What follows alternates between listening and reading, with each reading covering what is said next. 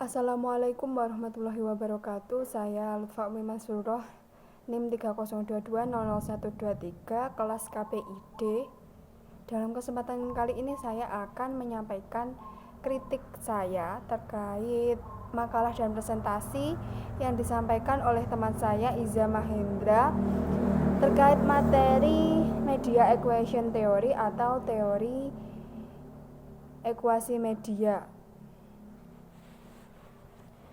Yang pertama, kebenaran teori. Menurut saya, media equation theory atau teori persamaan media adalah sebuah teori yang ingin melihat bagaimana komunikasi terjadi antara individu dengan suatu media. Teori ini juga memperlihatkan bahwa media dapat diajak berbicara dan menjadi lawan bicara seperti halnya komunikasi interpersonal yang melibatkan dua pihak secara face to face. Dalam teori ini juga menganggap media sebagai bagian dari kehidupan nyata atau real life, sehingga teori ini masih dipertanyakan terkait kebenarannya, karena konsepnya dan dalam prakteknya respon psikologi sosial lebih dominan daripada praktek komunikasinya. Namun menurut saya teori ini memang benar adanya, karena dengan adanya teori ini maka kita manusia dapat memprediksi dan berasumsi terkait hubungan manusia dengan media. Sebagai contoh, seperti saat menonton televisi, biasanya seseorang cenderung memilih tayangan sesuai dengan kebutuhan mereka. Yang kedua, terkait kesesuaian teori dengan tema.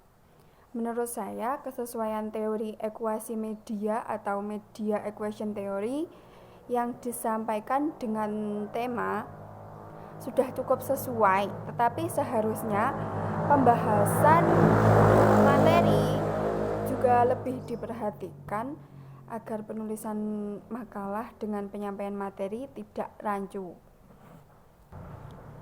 Selanjutnya, contoh-contoh yang disampaikan dalam video tersebut. Menurut saya, contoh-contoh dari teori ini dalam video tersebut presentator tidak memberikan contoh teori baik dalam makalah maupun dalam presentasi, sehingga mungkin beberapa pembaca menemukan kebingungan karena tidak dapat menggambarkan dengan jelas bagaimana bentuk dari teori ini. Dalam menyampaikan atau mempresentasikan makalahnya, presentator menurut saya kurang jelas dalam menyampaikan atau menjelaskan materinya. Banyak noise dalam video tersebut, banyak suara-suara yang bising sehingga suara presentator terdengar kurang jelas dan sebagian pendengar mungkin kurang fokus dengan materi yang disampaikan.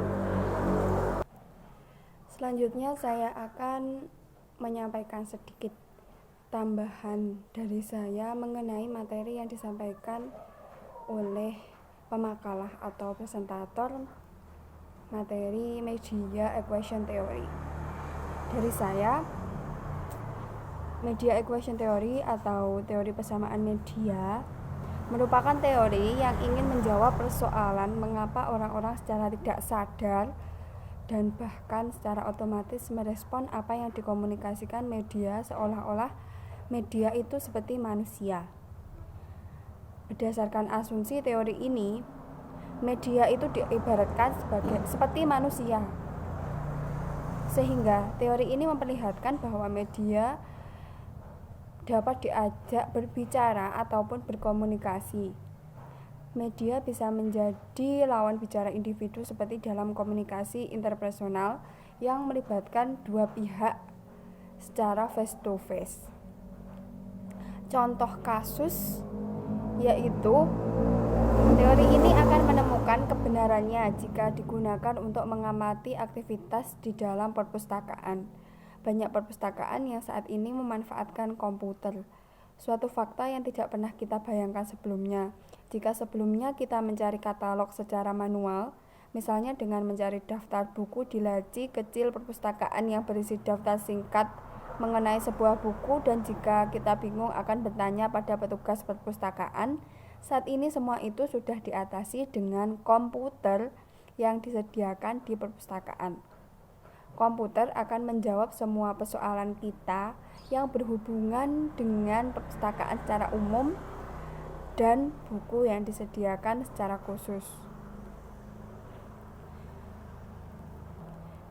Jika dikaji secara mendalam, mungkin masih banyak contoh-contoh dari teori ini terkait media equation theory dalam kehidupan sehari-hari yang belum diketahui.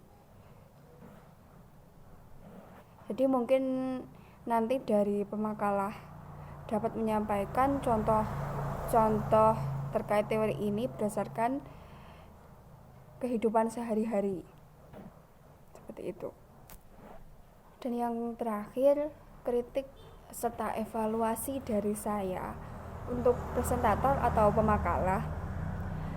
Kedepannya dalam menyusun makalah, tolong untuk lebih berurutan dan konsisten sehingga sesuai dengan materi yang akan dibahas, agar tidak membingungkan pembaca dan pembaca juga menemukan kerancuan di dalam membaca ataupun juga mendengarkan video yang disampaikan pemakalah. Karena tadi saya lihat di makalah itu dalam daftar isi, di daftar isi itu dalam pembahasan ada yang membahas pengertian media equation theory, selanjutnya membahas perkembangan media equation theory dan kemunculan atau terjadinya media equation theory, tetapi hal itu tidak sesuai dengan yang dibahas dalam makalah. Jadi di daftar isi itu berbeda dengan yang disampaikan atau dibahas dalam makalah. Mungkin itu bisa menjadi koreksi kepada pemakalah atau presentator. Selanjutnya kepada presentator atau pemakalah, mungkin kedepannya dalam penyampaian materi lebih fokus dan lebih jelas lagi agar tidak terdistrak dengan adanya musik ataupun sesuatu yang lain. Dan selanjutnya pertanyaan saya untuk presentator atau pemakalah,